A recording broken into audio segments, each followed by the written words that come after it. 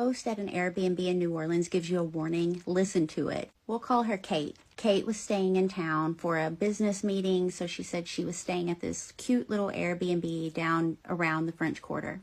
She was alone. She didn't want to stay in hotels. She said she always kind of got the ick in hotels. She felt like they were more dangerous. So she goes to the Airbnb. She had the code to get in, and the host had left her a handwritten note that said, do whatever, just clean up after yourself. But then it also said, do not open the door after midnight for anyone. She thought that they were just trying to be funny because, of the nightlife that's down there. So she kind of didn't pay any mind to it. The first night, everything was fine. The second night at 12:45, she hears a knock at the door, just 3 little knocks. She said they weren't frantic or like loud or anything. They were just like polite, soft knocks. So she goes to the door, she looks through the peephole, and she sees this gorgeous guy standing there. She said he was like so good looking. He was pale skin. He had dark hair, the most gorgeous eyes she'd ever seen. He says, "Hey, I'm so sorry to bother you, but I left my phone in here the other day." She was kind of weirded out a little bit because she knew she hadn't had any guests, but she thought maybe it was whoever stayed there before her, but she hadn't seen or heard a phone. He tells her, "Hey, I can tell you where it's at. You can go get it for me. You don't even have to let me in." Then he mumbled something that she didn't really hear. She couldn't hear through the door. So without thinking, she just cracked the door a little bit.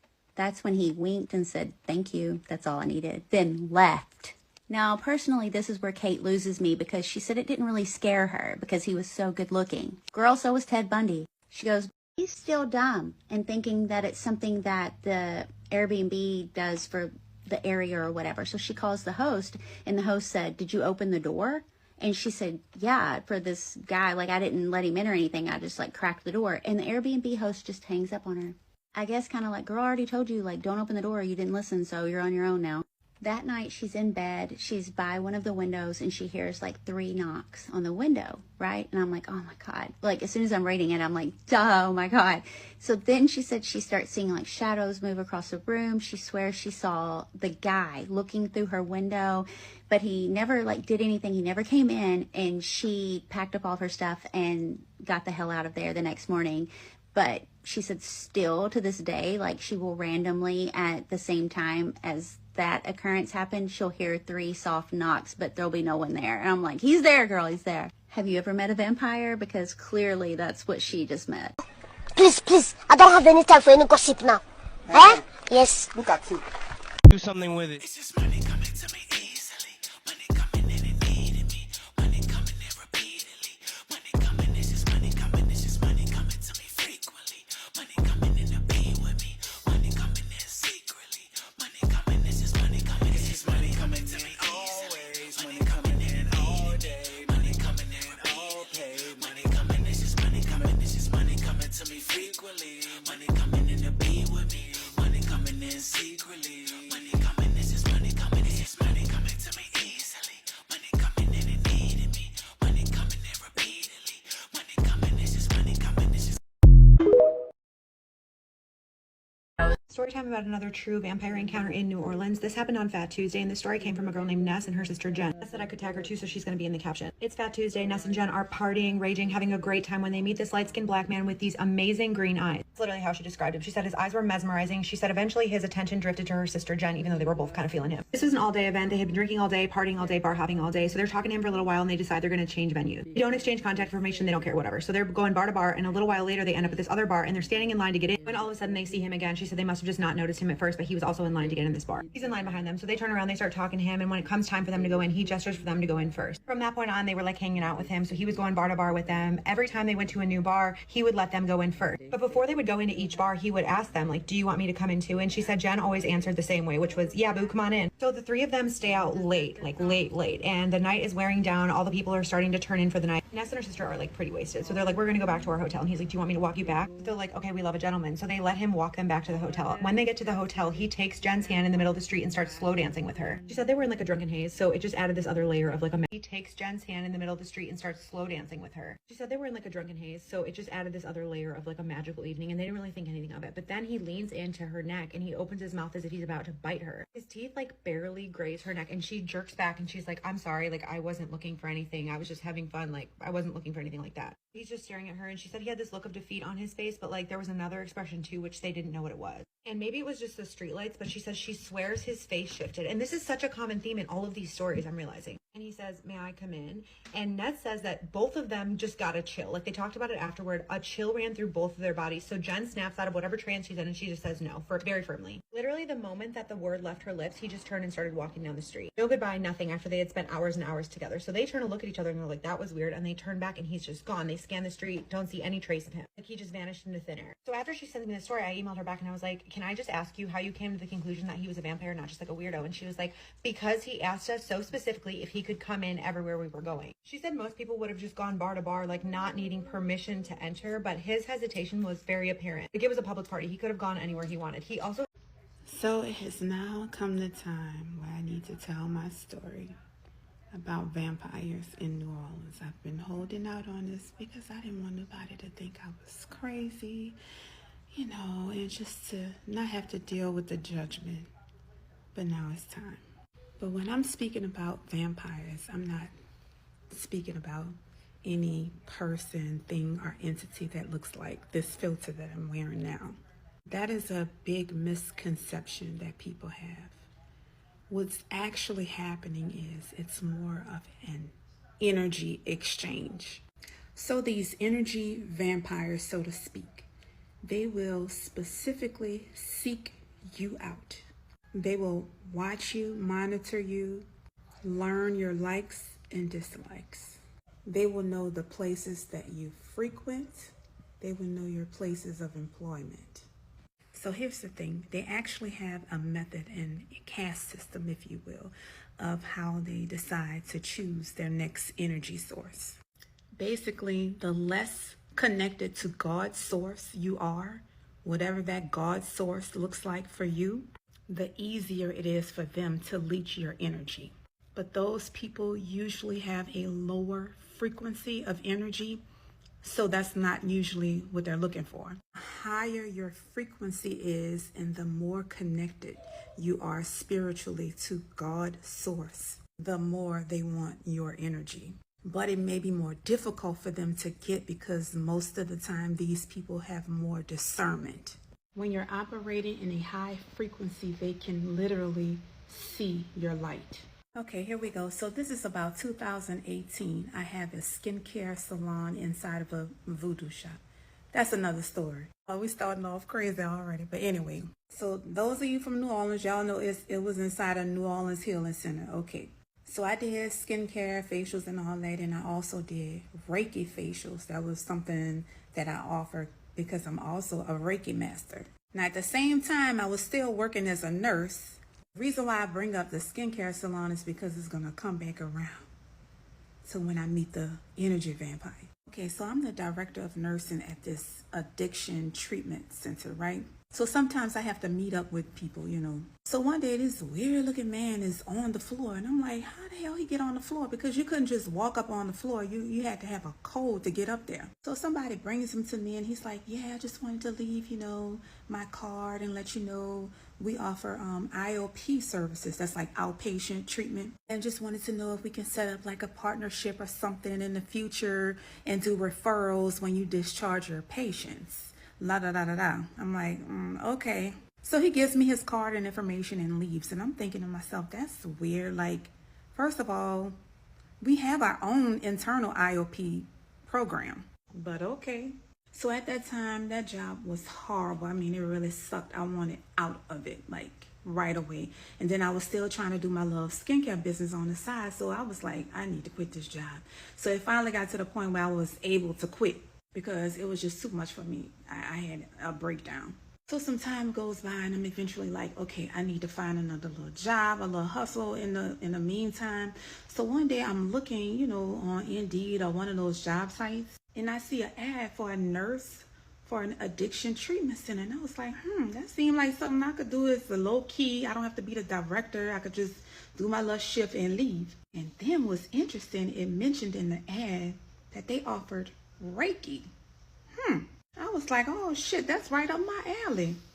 Something about the ad just didn't seem right or professional. I was like, I don't think this is a real job.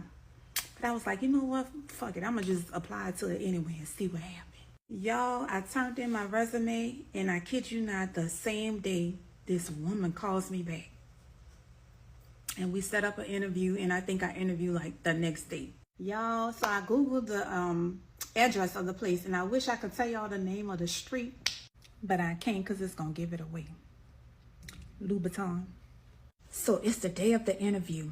I walk into the clinic. There's like soothing music playing. It's, you know, giving spa-like ambiance. There are diffusers with essential oils going. I mean, it's just so nice and serene. And in my mind, I'm like, oh yeah, this is me right here. Baby, I'm about to fake it till I make it. I'm about to do good on this interview here. I needs to be up in here. So I'm greeted by one of the nurse managers, and she's real nice and easygoing, and she sits me in a room and gives me some paperwork to fill out, because you know I still gotta fill out the actual application and all that stuff. And she was like, all right, when you're done filling it out, just go turn in your paperwork to our administrative assistant across the hall over there. And I was like, okay, cool. So I finished my paperwork, get up and bring it to the office, and baby, the lady in the office is a sister, and I'm like, hey girl, me and you, we gonna be cool. Got this. You know, I had got a little excited because I ain't seen none of us yet, but you know, I said, okay, she in here running a little something, so all right, we good. So she was like, okay, I'm gonna take you to come have a seat in the director's office. He's in a just getting out of a meeting, so just have a seat in his office and you'll do your interview shortly. I'm like, okay, cool. So she walked me to the office, and I'm sitting in the office, y'all, and I'm like, what the? So I'm sitting down in the office waiting for my interview, and a little small radar start going up, just a little bit, and I'm looking around at all the shit he got in his office. So I'm seeing shaman sticks, a big tall wall shelf with about 10 shelves with all kind of shit on there. They got old looking books that look like spell books and stuff. Very eclectic and, I don't know, eccentric looking things everywhere. I can't really replicate what I'm talking about, but it's kind of giving sort of like this, but like a little more dark. And this, and all these shaman sticks.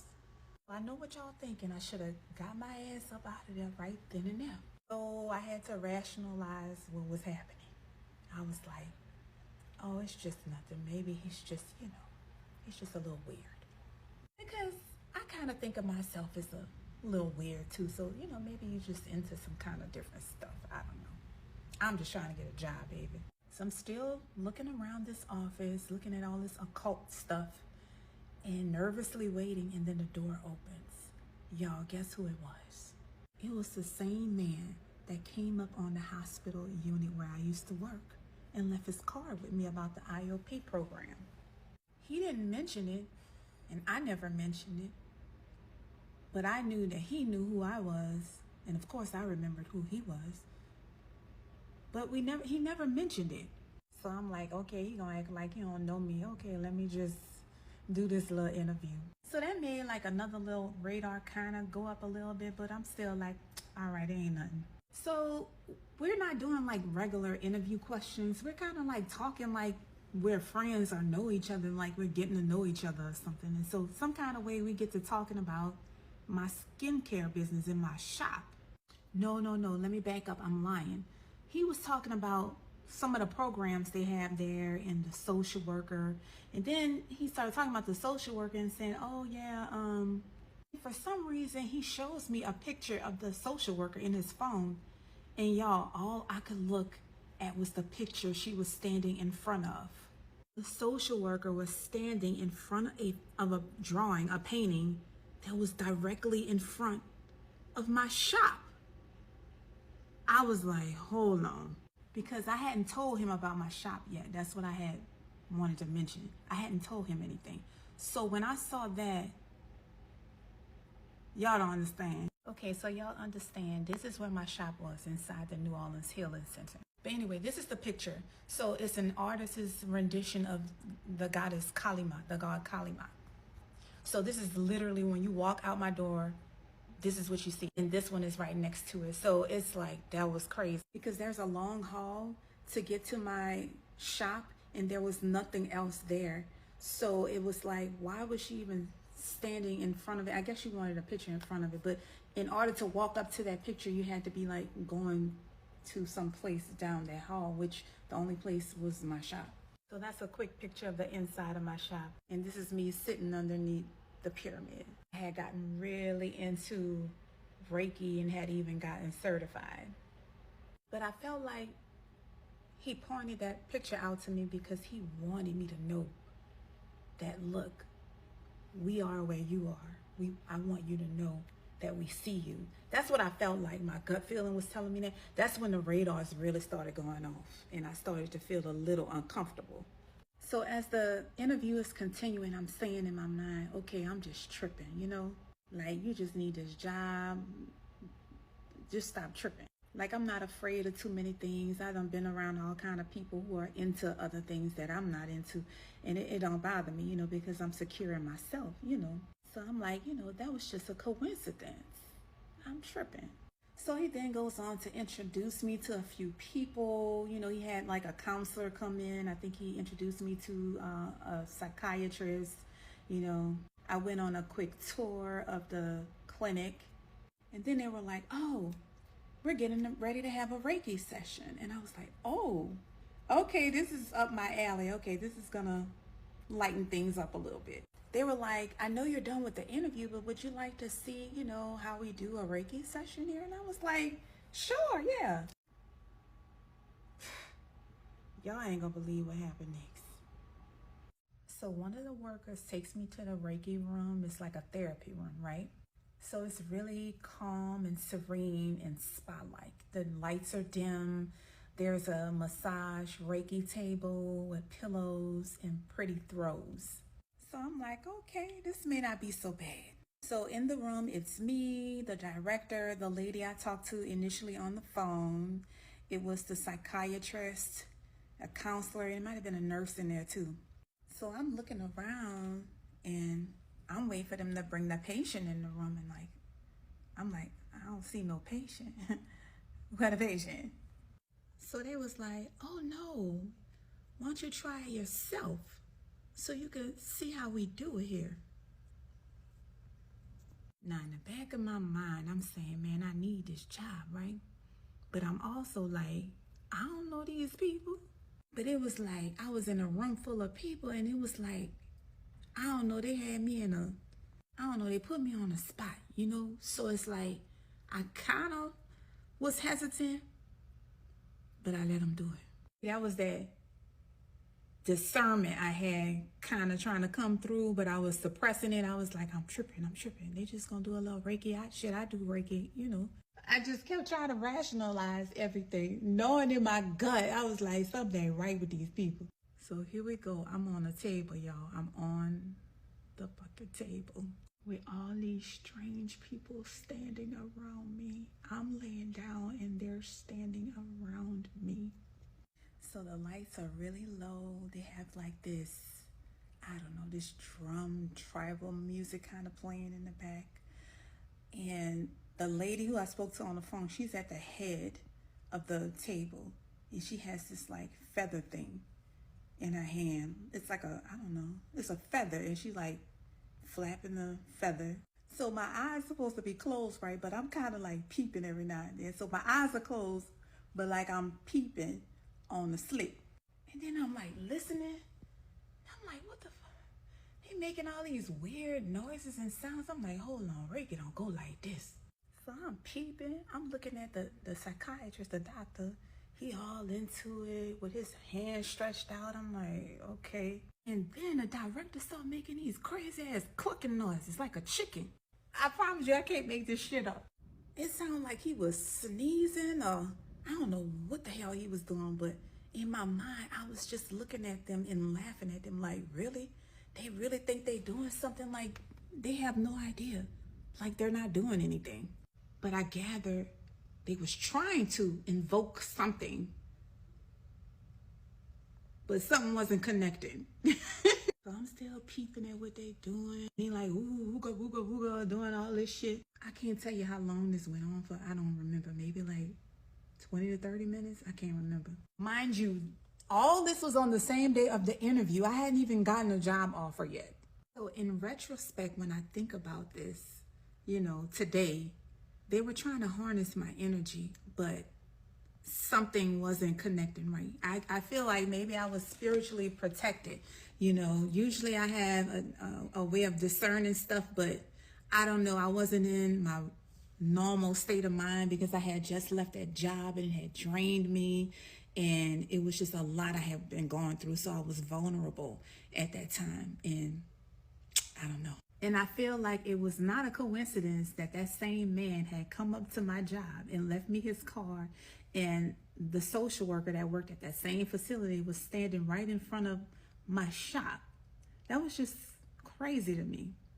So that goes to show, I think there are energy vampires out there that prey on people who are vulnerable. So just be careful out there.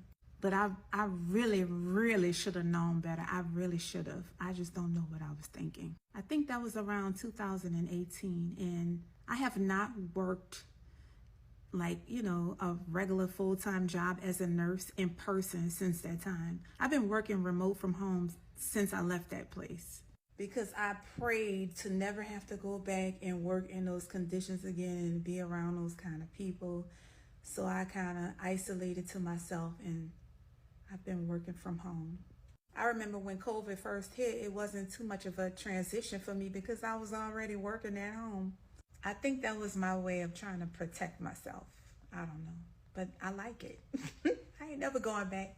Not until I finish medical school, and then of course I'll go back, to the hospital, but I'm not going back. And I ain't never did Reiki again either. Nothing against Reiki. I love it. It's wonderful. But that is one of the things that they try to use to get your energy. So, if you're doing it, just be careful. But it's not to say Reiki is bad. I want to make that clear. Y'all got another story time. Living in New Orleans, seeing witches, encountering witches and vampires. Lock in, y'all. Lock in, gang. There's a restaurant in New Orleans called, I want to say like For Your Child. I'm screwing the name up. I already know. I ain't gonna even try to pronounce the name. From New Orleans, but it's a bougie restaurant. I think it's on Canal Street. And they walk around and they offer you meat all day long. Lamb chops, steak, any bougie top tier meat. They got servers that dress in like these little weird costumes or whatever it's called, and they slice your meat and give you the meat. Top tier meat though. This is not just like chicken and this is top tier meat. You can go to like the middle part of the restaurant where it's like a salad bar and get your salad and then taste all the different meats. Okay, I'm at this restaurant. First time at this restaurant, y'all. I'm with some friends and this chick that I was messing with, right? We chilling, eating, waiting on, I think probably lamb chops or something. We having a good time. The vibes is immaculate. We drinking, vibing, eating, whatever like that. We in there for like probably, I say an hour. The restaurant packed. Keep in mind, the vibes is immaculate as far as everybody that's in there. Okay, an hour and a half for us being there. I kid you not, y'all. I turn my head, peeping the scenery out. I look at the door. It's full witches or vampires that walk through the door. It's finna get real. Hold on, I gotta sit up for this.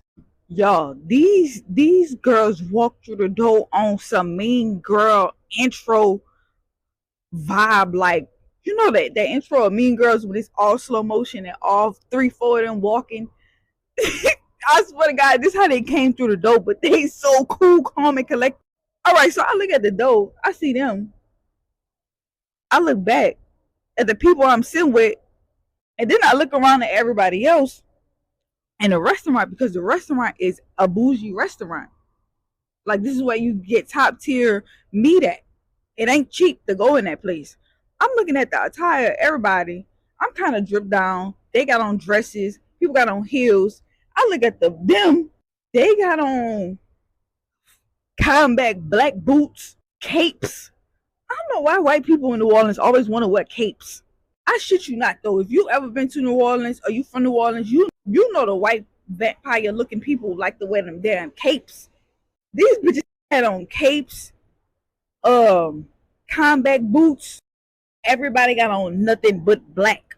Okay, that may be normal to some people. Like, I ain't think too much about it, right? Because maybe that's just they drip. Okay, they walked past me, like behind my back, to get to their table. Bro, when I tell you the energy that I felt from them females that walked past me, my whole body immediately got cold. I remember my body getting cold. I remember like the hairs on my neck and my arms stood up like as they walked past. I'm like, who the fuck is these? Sabrina the witch's ass motherfucking past me. Okay, they sit at their table. I'm not paying no mind. Like, okay, that was weird. Like, you can always feel the energy of somebody when they walk past you. I don't know about y'all, but I can, because I'm like super sensitive to energy. And I be peeping the scenery to everything. Whole time I might be a witch. Anyways, they walk past, I get the weird vibe. Bro, we in a restaurant. 2 minutes go by. The whole energy of the whole entire restaurant change, y'all. I cannot make this up. I feel it change. The people that I'm with get quiet. Like, the whole restaurant energy went down. Like, they came in there and it just shifted the energy. But they not bothering nobody. Like, they chilling with their capes and shit. We right here, right? And they table like right at where my other chat. I keep having to look back because I'm trying to piece together why the hell the vibes got messed up when they walked through. All of a sudden, nobody talking, nobody laughing, nobody joking. Everybody just like very like robotic, like still like. Not the plant just fell out of nowhere talking about the story. My plant just fell down just talking about the story. That's weird. But yeah, nobody. And then at this point, I'm realizing everybody stopped getting the meat. Like the service that was coming around asking you, hey, you want to try this? You want to try that? Everybody, y'all, I kid y'all, not everybody in the restaurant stopped getting meat. Like, everybody started saying no. So at first I'm thinking like, oh, whatever they're offering probably is not something that they want. Like, okay. But then I'm dude come to me, he like lamb chops. Why did y'all turn down lamb chops? Anyways, time go by, they get their food, and I'm not even putting two and two together. I'm at an all. This is where I gotta clock it. I realized I'm at an all meat restaurant. Y'all, I cannot make this up, bro. I cannot make this up. I'm at an all meat restaurant. Everybody a lot of people, I'm gonna say a lot of people because I wasn't. But a lot of people who's getting the meat choices that the service is passing out, they meats is looking real raw. Now, I like my shit medium well, but I don't like it. I don't like it raw. It's a lot of raw meat being served. I'ma just say.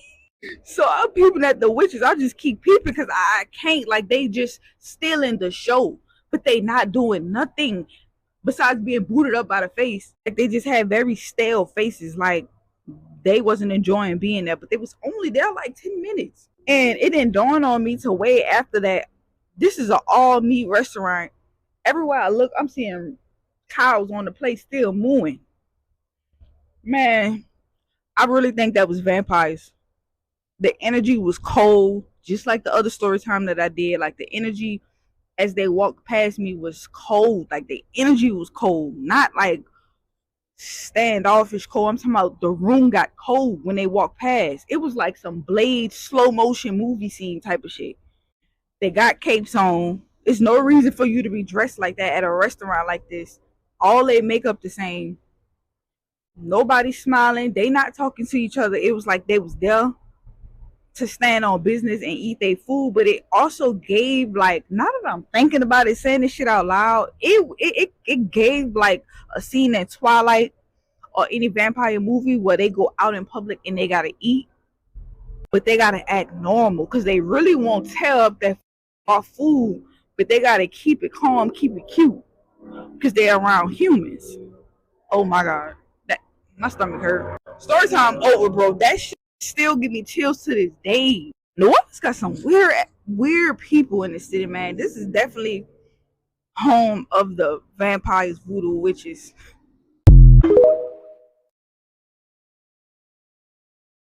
Okay, what's up, y'all? So I seen a girl make a video about how she was from New Orleans and she ran into a vampire on her, I think it was UPS, or she works in the mailing industry, so she was delivering to what she think was either a vampire or a witch. So I want to tell y'all my experience of New Orleans and like the whole vampire situation, because I know for a fact I ran into a vampire at University Hospital in Louisiana. So January 26th, my boyfriend got shot 9 times in our apartment. That's a story for another day because it's still an open case. So that night they transferred him from Alabama, because we're from Alabama, to Louisiana, the university in Louisiana. So at first it was good, you know what I'm saying? I didn't really have no suspicions or nothing. Like, it was just going good. After he had his surgery, you know, he was straight. And side note, y'all, I was gonna get him to do this with me, but his mouth is wired. Okay, so I think this was like a week later, maybe 2 weeks later, but I was up there for almost the whole time. Like, I only came home one time to take my baby to the doctor. So when I came back, things started getting a little weird. So it was this nurse. Every night, like, she only came at night. Every night she came, and every time she came in the room, it was like an off feeling. So the whole day, me and my boyfriend was watching on TV. You know, we just chilling. And I had made a joke. I was like, babe, you realize that every channel we turn on, every movie that comes on is about a vampire? Literally the only thing that we kept seeing on TV. So me and him was joking about it, and he was like, yeah, you know, this is the home of the vampires, blah, blah, blah, blah. Well, he wasn't really saying it, but, you know, I knew what he was trying to say. So that night, this lady came in the room, the same lady that comes every night. And mind you, my boyfriend, his veins are really hard to find. Like, everybody that came to take his blood, like, would take 2 to 3 tries to get his blood. But every night this lady came, she got it on the first try. So this specific night, this is the day that we was watching vampire movies the whole day. Mind you, that's the only thing that was playing on TV, right? So this specific night, she comes in the room, and she has an accent. So she came in, she was like, I came to take your blood. She has like a Jamaican accent, foreigner accent, so, you know. So he was like, he said, okay, blah, blah, blah. He was like, I like your accent. Where are you from? And so I forgot what she said. She either said Jamaica or Honduras, something like that. And so he was like, okay. He was like, how do you like it from your home country? And she was like, I like it. It's death everywhere. So we kind of look at each other. We're like, okay, like, that was a little weird. So boom, she takes the blood. Mind y'all, she does this in less than 30 seconds. Like, I kid you not. She stick it in there, got the blood, and was walking out. So my boyfriend, he made a comment. He was like, you get my blood so fast, you must be a vampire. Y'all, I kid you not. This lady turns around, mid-walk out the door. She turns around, looks us in our eyes, like, contact, and she says, yeah. Now y'all probably like, nah, she probably just playing, like, nah. But you could tell the feeling, the feeling that filled the room was like, don't F with this girl. Like, don't ask her no more questions, because yeah, something is definitely off. And you know, usually somebody will be like, boy, stop playing, like, I'm not no, you know what I'm saying, I'm not no vampire. Or they'll say something funny back. But she was so serious. Like, she was dead serious, y'all. Like, eye contact, facial expression, and walked straight out the door when she said yes. And I have more spooky story times just about things that I've experienced, because I'm a very spiritual person, and I feel spirits when they're around me, and I grew up, you know what I'm saying, seeing ghosts and do all that stuff. So if y'all want some more spooky stories, let me know, because your girl got it.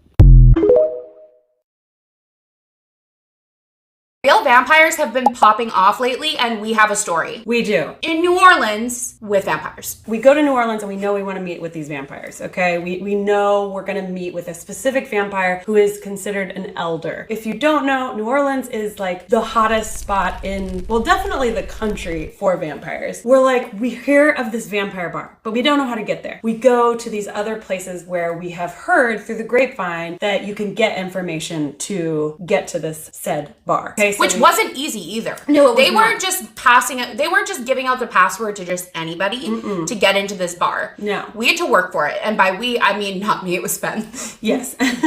Then I do be hussing myself out. Yeah. So anyway, so we get to this one place that's like, he's like, oh, I can tell you where to go. So it's just a little shop. And he's like, well, go here. So we go to this place that's like vampire owned. And I say whatever he tells me to say. And they're like, oh, okay. But they check you out too. They're like, why do you want to go? So they want to make sure. And so I was like, oh, I'm just so interested. I'm working on a vampire documentary, which is true. So Facts. So then they give me a little thing that has the passcode on it, and we're so excited. We go home and we get all like vamped up. We're ready to go. We're like, we're gonna go hang out. I'll put a picture of us because we look fucking hot. We did look cute. There we are. Like, look at us. We look cute. Chef's kiss. We're ready to go. We had no idea what was in store. We didn't. The crazy part about this is that it gives you just an address and the password. We get to this address and it doesn't look like a speakeasy or a bar or anything. It looks like it's a jazz club, and it's packed because it's New Orleans. Yeah. And so we're like, okay, I guess it just says go to the back until you find the vampire. You have to go through all these people who are just like having a great time listening to their jazz. Get to the back and it gets darker and darker and darker. All of a sudden we see this like candelabra, and this man looked like a vampire. He looked like a straight up vampire. I mean, he was cute. I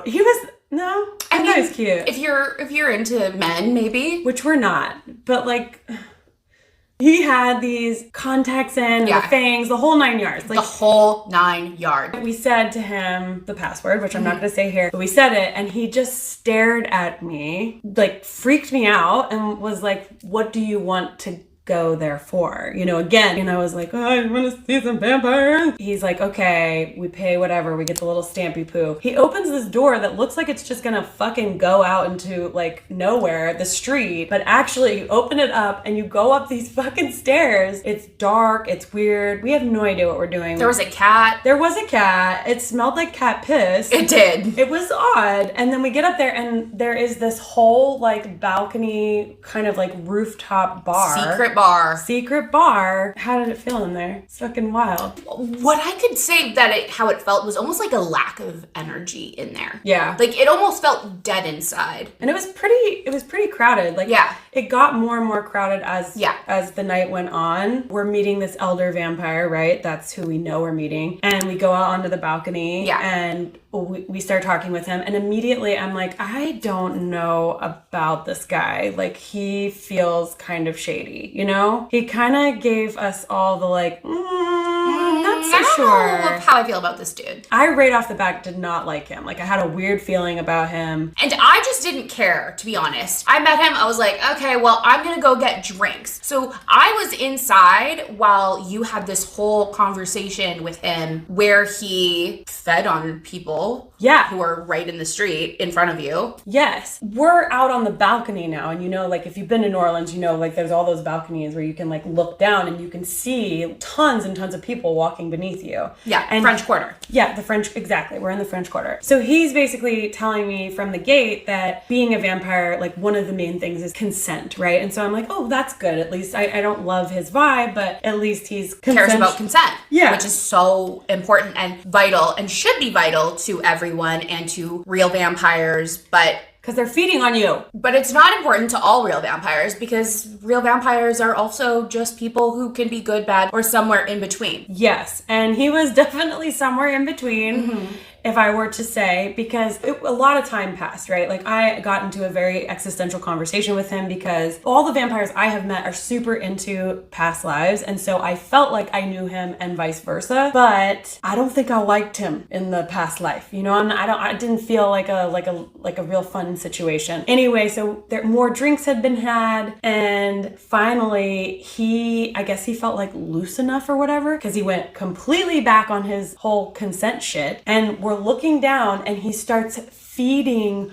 on specific people in the crowd below, like singling them out. Because in the vampire community, there is this concept of ambient feeding, which is feeding off of a crowd, which is usually pretty safe. You're just taking the top energy off of like a big crowd, so it doesn't really drain anyone. Right. But he actively said he was singling people out and focusing his energy on them. And what was wild is that I watched him do it, and he would tell me like, okay, that one. And their literal demeanor, the way that they were walking, breathing, like their pace, all changed when he would focus on them. Yeah. They would start to like almost look like disoriented. And I even like confronted him and I was like, I thought you were about consent. And then he just kind of gave me this smirk that was like, well, and I was like, oh, is that how it is? Like it's consensual until you have a few drinks and then it's not? Fen is out there having this conversation with this elder real vampire who is unconsensually feeding on people in the French Quarter. I was inside having drinks as one does with my best friend Danelle. We saw this blue-haired girl who we were told is a part of a LARPing group, and we thought, that's fun, that's cool, we like nerdy shit, let's go talk to her, she looks cool.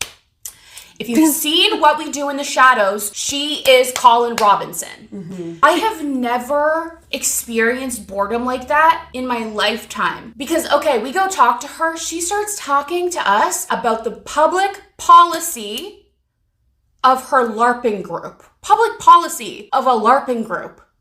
I'm like, I thought you were going to tell us some interesting shit. I don't know if she knows that she's a vampire, but she was actively, I was like, when will this be over? So Fen comes in after all of this, after Fen's witnessed this elder vampire feeding on others, comes in, sees Danelle and I, sits down for, I don't know, 15 seconds, says out loud, I just got fed on by another vampire. I'm not about to get fed on by this one. And I'm leaving. And just gets up, no help to Danelle and I. Thanks, Fen. It was a tactic to get you out of there. It wasn't. It was. It just didn't work that Liar. I'm not lying. Fen was like, this is crazy. I was like, this is crazy. Which, by the way, I was fed on by the elder vampire. Right. Yes. And yeah, that's a whole fucking thing. And so I was drained to shit. It sucks. If you've ever been fed on by a vampire, you fucking know. I mean, obviously you guys we were so drained afterward, all of us. Yes, we were like, get us out of this situation. So anyways, I say when Fen's like, I'm leaving, I'm like, well, where are you going? And Fen's like, I'm going to a different bar. And then we're like, okay, well, we have to come with you. Like, sorry, we're coming with you. Danelle and I go to leave, and this blue-haired girl who has been talking about public policy of her LARPing group for at least 10 minutes. At least. She held you fucking hostage. Literally says, well, I guess I just won't finish my story.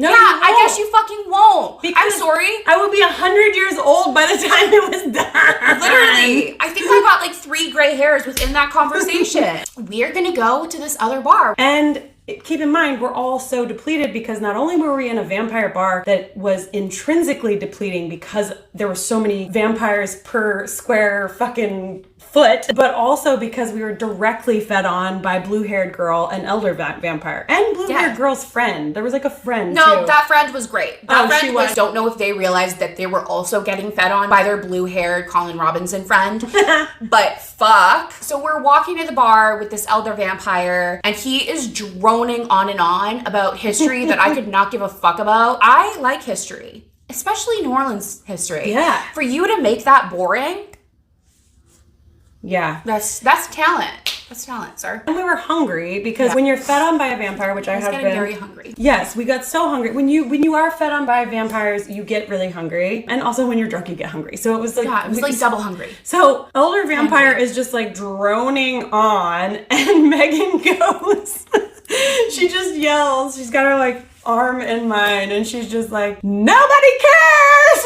And then I said, I want a hot dog! Nothing is better than one of those cart hot dogs when you've been drinking. So I went on a journey to find us hot dogs. We did, in fact, find hot dogs. Yeah. I was very proud of myself. And so now we just always think of New Orleans and the hot dogs and the fucking vampires. And my advice is like, be fucking careful when you're around vampires. And be careful if you live in New Orleans and you're walking through the French Quarter. Seriously. Literally.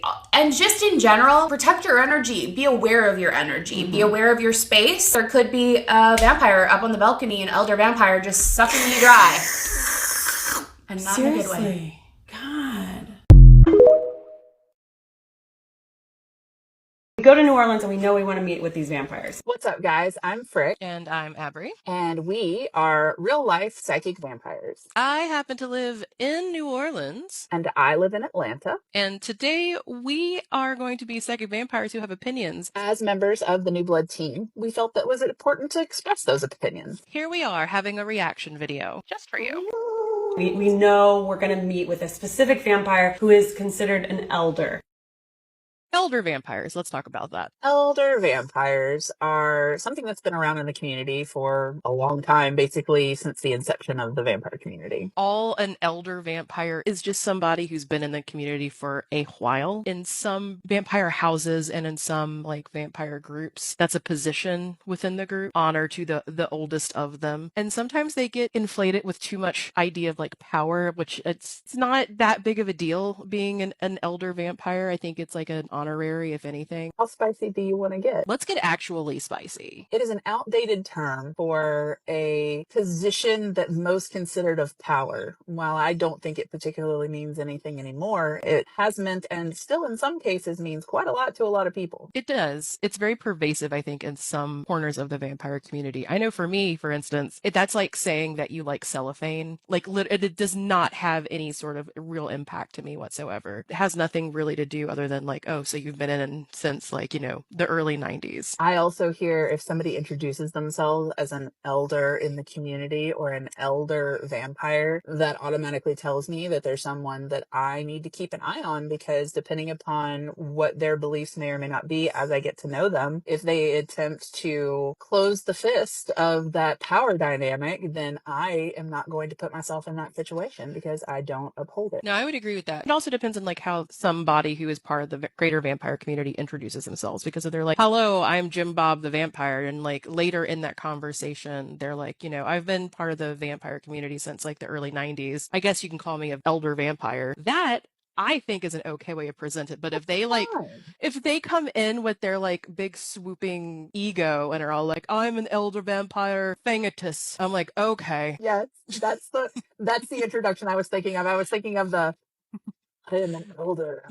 Right. Like, I am Elder Zenthar. I now take you 0% seriously and understand that you are fully ego forward and may or may not have issues with your ego. They weren't just passing it. They weren't just giving out the password to just anybody to get into this bar.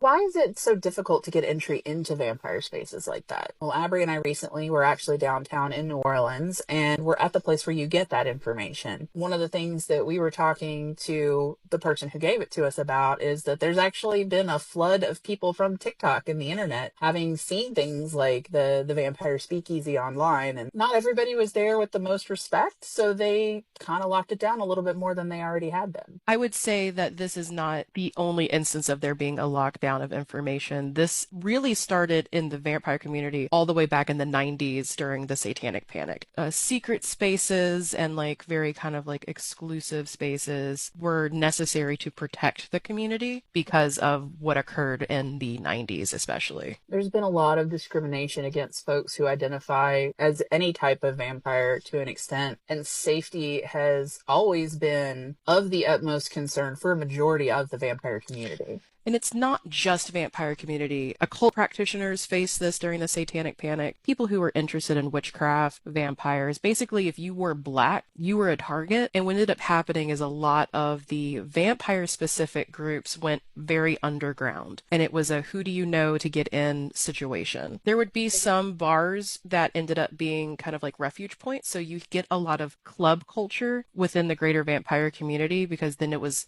you have to know what bar to go to. And then they were kind of in plain sight presenting at that point even. Because it had to be. That was how you kept people safe and not targeted. It's also a lingering like through beat throughout, I think, the VC, and I think it's something that I would actually like to see changed as we like move forward, or if there's a place that I would like to change, it would be to strip away this like innate culture of fear that's like steeped in the vampire community because of it. What I could say that how it felt was almost like a lack of energy in there.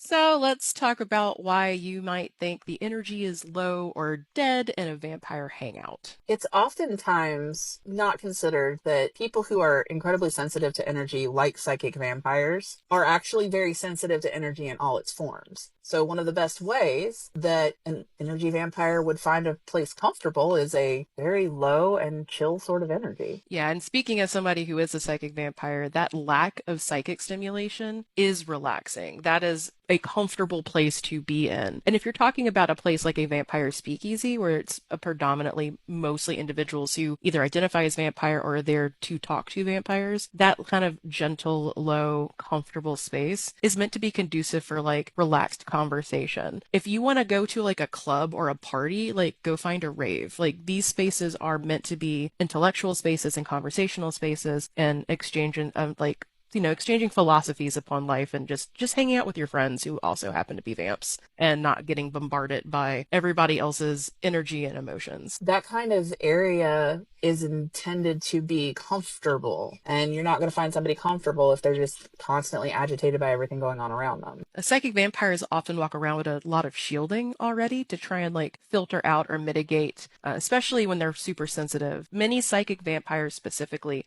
are sensitive. They want to negate a lot of that extra noise, and the best place to do that are in spaces that are created and forged to be safe havens, which means if you're looking for a party, maybe go elsewhere, but if you're looking for a good conversation and a chill vibe, vampire speakeasies are a really good place to do it.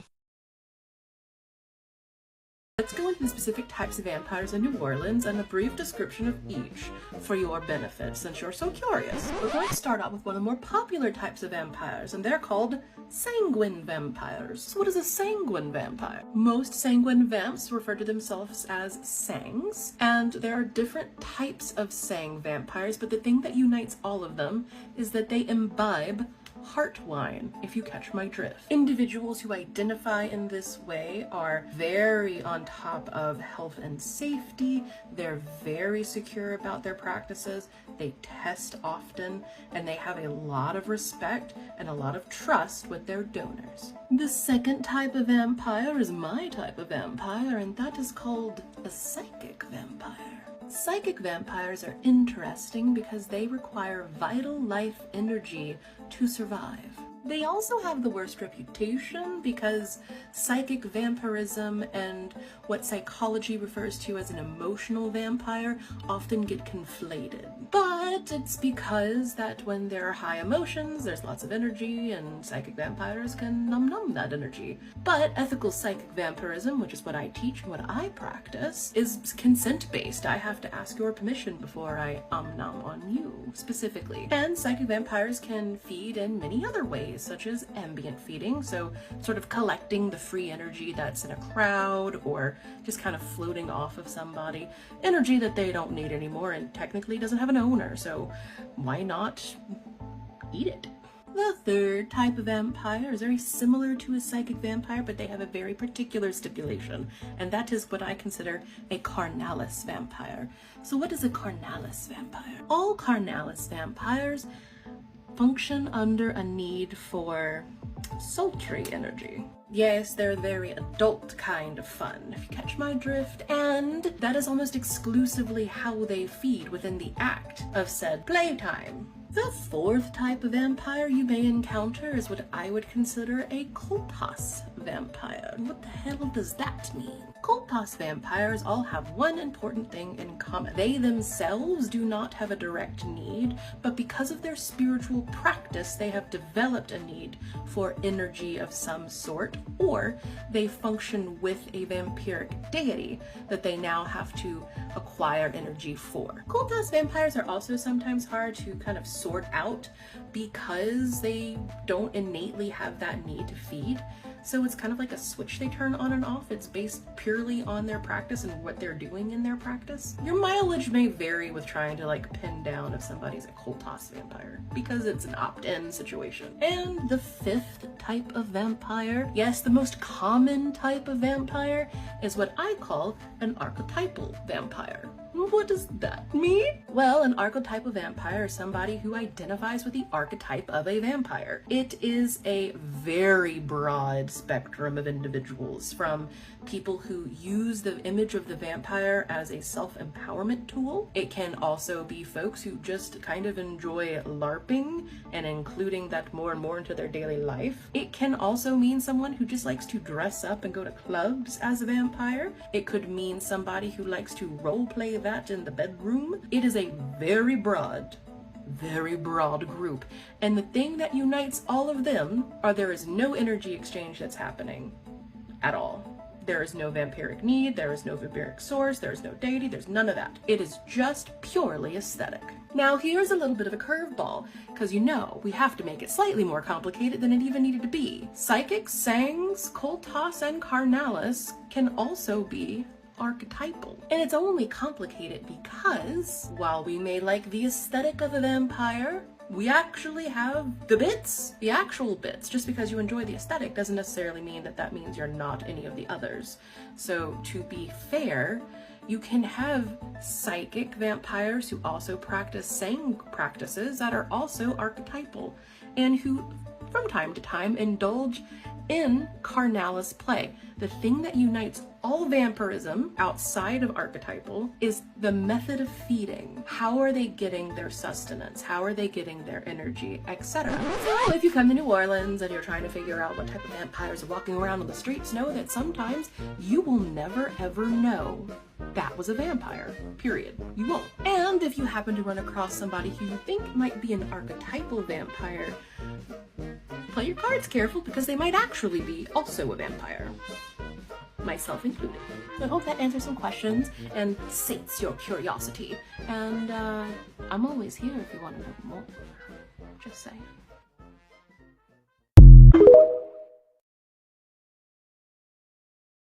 Let's talk about the history of vampires. Now, I'm sure we all know what vampires are, and we've seen it on every TV show and movie in history. But a lot of people believe that the origin of vampire folklore originated from Eastern Europe in the late 17th century and the 18th century. And these tales entered the vampire legends that later entered Germany and England, where they were embellished and popularized. So vampire legends has been around for literally centuries. And the word vampires has its roots in the Mediterranean languages. Vam meaning blood, and pyre meaning monster. But there are also many different characteristics of vampires as they are vampire legends. Now, we've watched 1,000 vampire movies and shows, and on every movie and show, they all have differences. Like, some vampires might not have fangs on some shows. Some might can turn into a bat. Now, they're all different in every show because it's a show. And with that being said, I just feel like when they talk about stuff on movies and shows, especially something so popular for years, they couldn't have just made this up, y'all. They had to have gotten the idea from somewhere. Like, who just thought, vampires, that'll be a good character on a show? No, they had to have gotten the idea from somewhere. But I know a lot of y'all are like, where did the myth even come from? Because like many myths, it's based properly in fact. And a lot of people believe that the myth came from a lot of the noble people and royalty of Europe, from a disorder called porphyria. And it's basically an inherited blood disorder that causes the body to produce less heme. This is a critical component in hemoglobin. So in the origin of the vampire myth, porphyria is sometimes referred to as the vampire disease because some of the symptoms is sensitivity to the sun, leading to different facial disfigurements, fangs, like the disease causing the gums to recede and I guess making the teeth appear as fangs, blood drinking, because the urine of the person that has this disease is dark red and folklore people believe that they was drinking blood and that's why their urine was so dark. Some of the symptoms was even not being able to see a reflection in the mirror and also fear of a crucifix as well. Because during the Spanish Inquisition, 600 vampires were reportedly burnt at the stake. And some of these accused vampires was like innocent people that was suffering from this disease porphyria. So that was their reason of the fear of the crucifix. But this is supposedly the history of vampires now. Vampires have been around for centuries and not just in any of the European areas. There has been many spotted in New Orleans, LA, all different parts of the world and has been around for centuries. And there's actually some very popular people that people believe are vampires in history or are still vampires to this day. And there's a lot of people that have been accused of being a vampire in New Orleans as well. And I'll make a separate video on that. But let me know if y'all want to hear more about the history and the people that have been accused of vampires. Yeah, I just got done watching, like for the third time, that new movie, Sinners. And I just want to say real quick, y'all, vampires, and it made me think about my own life. Vampires are real. And I ain't talking about the blood-sucking vampires, y'all. We encounter vampires every day of our life, and if we don't be careful, they will suck the life out you. I had to remember, it brought me back to the time I was with an abusive situation. This man was literally sucking the life out of me, y'all. I was losing weight. I was sick. Skin was breaking out. Just had me to the point, y'all, that I was ready to end my life to get rid of this person because he was sucking so much life out of me. And when after, y'all, and I was in this relationship for 12 years. So you can imagine. So a lot of people judge the way I act now. I'm free. My energy is free. My level is free. My everything is free. So be careful, y'all. It could be a man, your mama, your friend, your cousin, your grandma, of vampires that's around you every day, your children, everybody that's literally sucking the life out of you. Be careful of your energy and who's around you. And just be careful, y'all. Get them vampires out your life. You'll feel better.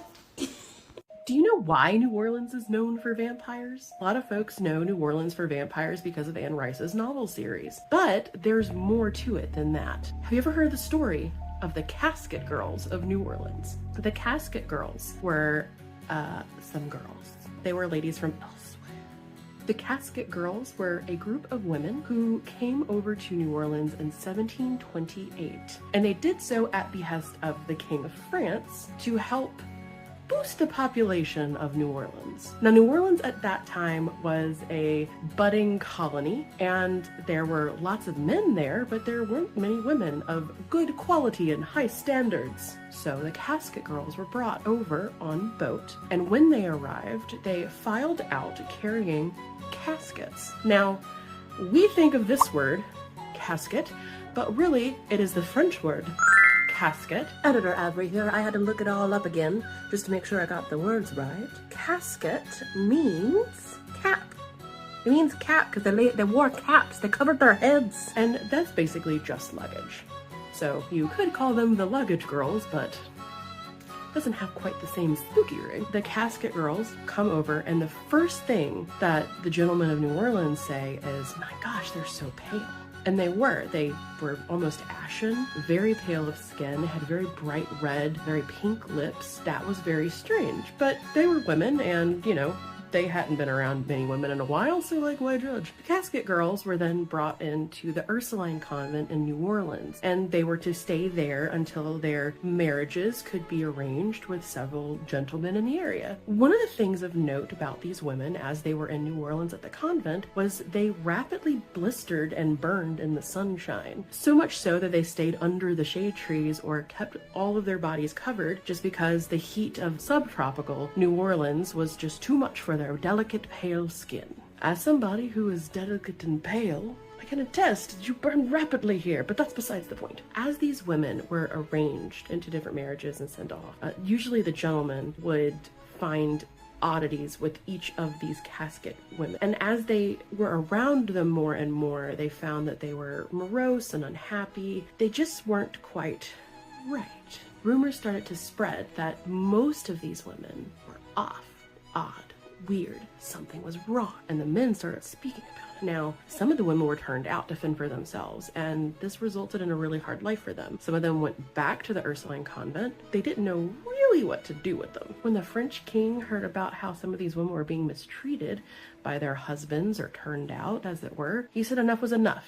He wanted them to come back home. So the Ursuline nuns decided to gather up the ladies, and their caskets, their luggage, had been stored at the top floor of the convent, on the 3rd floor. The windows and doors of this area of the convent had always been closed and shut.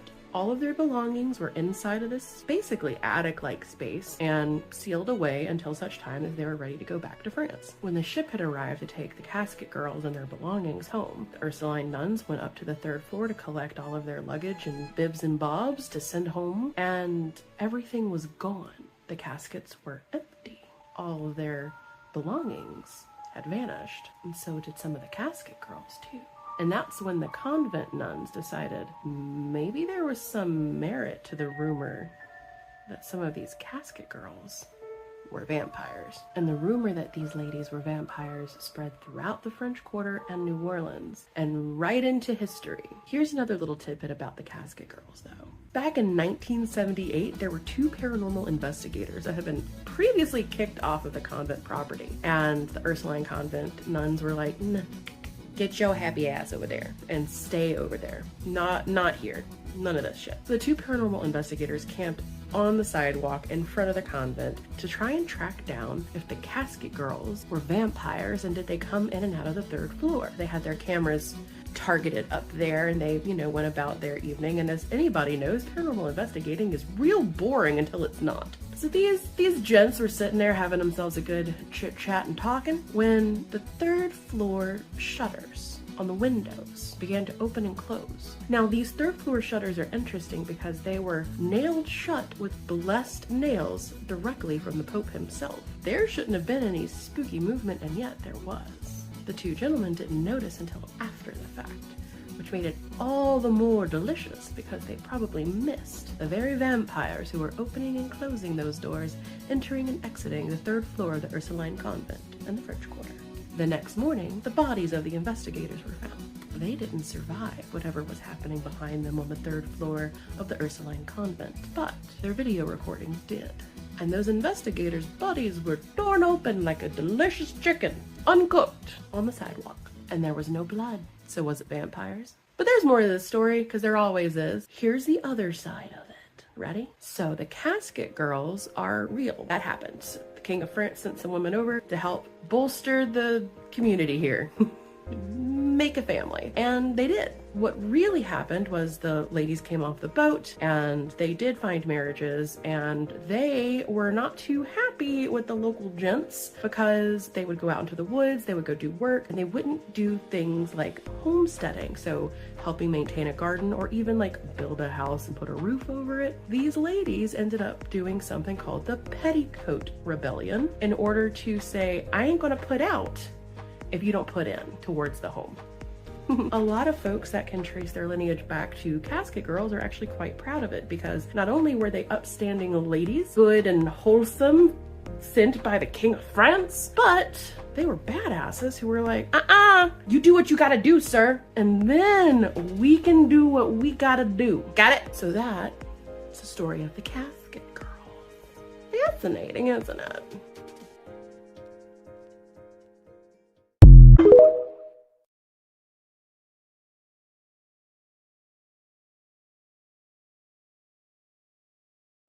Alright, so a story was sent to me by one of the followers on my YouTube channel. It says, hey Jenny, I love your channel and your spooky story time. Hey girl, hey, thank you. But I never imagined I'd be sending you one of my own. I've been debating whether or not I should even share this story. But after what happened to me in New Orleans, I can't keep it to myself anymore. Maybe someone else out there needs to hear this. Maybe it'll be a warning. Okay, so let's see. This happened last year when my family and I took a quick trip to New Orleans for the Mardi Gras weekend. I found a charming Airbnb just outside of the French Quarters. It looked like one of those old Creole townhomes. Real vintage with those beautiful wrought iron balconies. It felt alive, but not in a good way. More like the house has a pulse of its own. We arrived on Thursday night. My daughter, who's 9, kept saying she had a bad feeling about this house. She kept looking towards the house next door, saying the man on the 2nd floor window keeps staring at her. We brushed it off. Kids say things, especially when they're spooked by unfamiliar surroundings. The next morning, she refused to go near the outside of the house facing the neighbors. I asked her what happened, what was going on. She said, he doesn't blink. I laughed it off at times, and I laughed it off at that time, but I really wish I hadn't. But Friday night is when everything changed. My husband had taken our youngest daughter for a walk to get some beignets, and I think those are the cakes with the babies inside that you have to cut and find the baby. But anyways, while I stayed back with our other daughter, around 10 p.m., she was darting quickly by the windows when she suddenly gasped and whispered, Mommy, he's hurting someone. I rushed to her and looked where she was pointing. Through a narrow crack in the curtains of the neighbor's window, I saw a man hunched over another man in a chair, almost motionless. It looked like he was kissing his neck at first, but when the light hit just right, there was blood. I saw it running down the side of the chair. The man in the chair looked pale, like ash, and his mouth was hanging open like it couldn't scream, even if he tried. But the weirdest thing, the man doing the biting looked calm, elegant, even like he was savoring a glass of wine. I wanted to call the police. I really did. But my phone was dead. And when I tried the landline, it made this sound of staticky, sound before disconnecting. I was froze in place, trembling, trying to make sense of what I just saw. My daughter whispered, "He saw us." I turned back towards the window. His eyes were locked right on ours. The curtain shifted, and then nothing, just darkness. The next day, the man in the chair, he was walking, alive, but he looked changed. He was gaunt, pale, and avoiding all sunlight. He passes us in the courtyard and smiled at my daughter. His eyes were sunken and dead. And she squeezed my hand so tight I thought should break it. She whispered, he's one of them now. Since that night, we've been hearing things. Back home, scratching at the windows, whispers outside our door. Our daughter wakes up with mysterious bruises on her neck, small and round, like something tried but didn't finish. We burned sage, we called the priest, we even tried moving homes, but somehow they still find us. Oof. Jenny, if you share this, please tell your followers to be careful with where they stay in New Orleans. Some of those houses have history, blood history. The neighbor, he wasn't just a man. He was a predator. And now I think we're being hunted. Oh, shh. All right, well, thank you, girl, for sending me the story. It sounds crazy. I hope you and your family are safe and everything is okay. If you're watching the story, I hope you enjoyed. I hope I did not destroy the story. I hope I tell exactly how you wanted me to tell the story. Anyways, y'all, vampires in New Orleans are real, but vampires are not like the vampires that you think they are. I actually have this book about vampire, like learning about vampires and stuff like that, and it's a very interesting book. But vampires, it doesn't seem like vampires are what people make it seem like they are, you know. Anyways, guys, I hope you enjoyed this video. Let me know what you think about the video, and if you have your own stories, don't forget to share them through my email and or in the comment section, and I will read it and tag you to the video once I make the video and your story make the cut. So anyways, I'll talk to you later. Bye. Love you.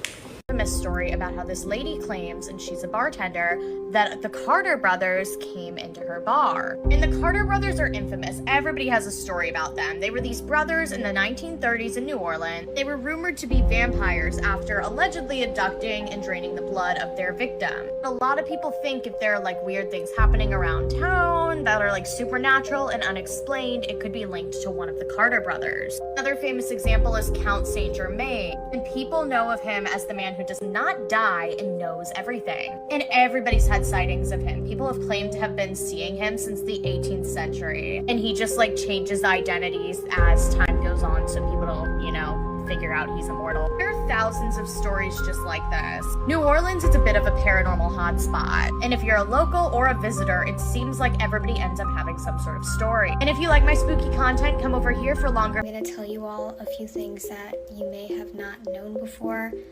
about vampires.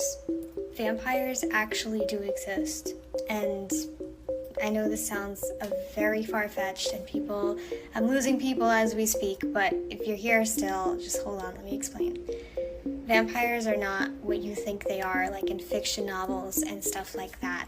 There are two different types of vampires that I have studied, because honestly I've never personally been close to one of these people, but when you do occult research and you research into folklore, specifically Eastern European folklore and Egyptian folklore, you will come into beliefs around vampires, because vampires were actually started in ancient Egypt.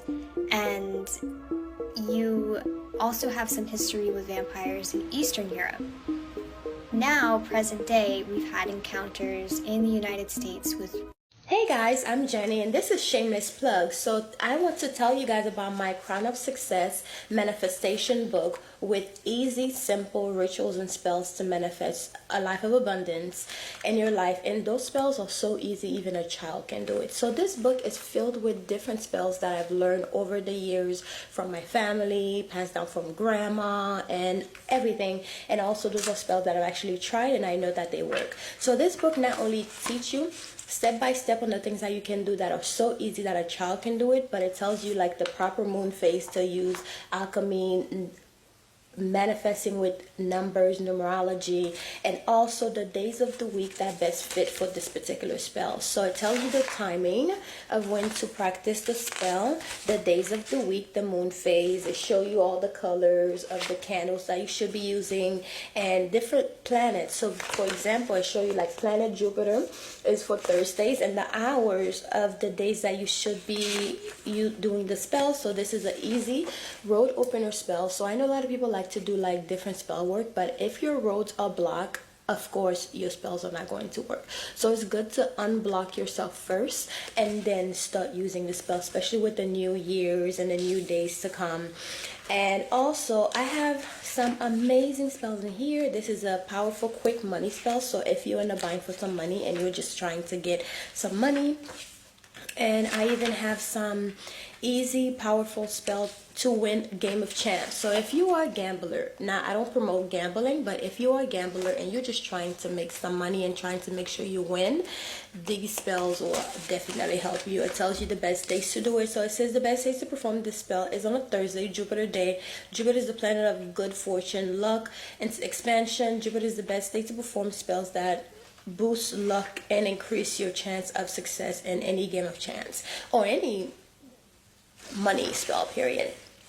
It has a list of so many spells that you can incorporate in your life with this new year to bring prosperity. And I even put some bonus spells on here, which for Saturday is a day to do like protection work. So I have a spell for like send back to senders. So I put some bonus spells on here, and then a protection with Archangel Michael. So there's so many spells on here. Removing the evil eye spell, so you can remove evil eye in your money and also in your everyday life. New Year home blessing spell, and I know it's been a few days since the new year started, but you can always do a home blessing spell any days of the week. As long as you need it, you could do it. So anyways, guys, this is my book. It's called Crown of Success by Jenny, and it's available on Amazon, the ebook and also the physical copying. So please grab a copy if you're interested in supporting this channel. This is a way to support the channel and to support me as well for putting out, content every day for you guys. So enjoy. So I hope you guys enjoyed this book, and I hope you go and grab your copy, whether it's the ebook or the physical copy. I say have a physical copy, but it's really up to how much, your wallet and what you can afford. So anyways, I'll talk to you guys later. Bye. Mwah.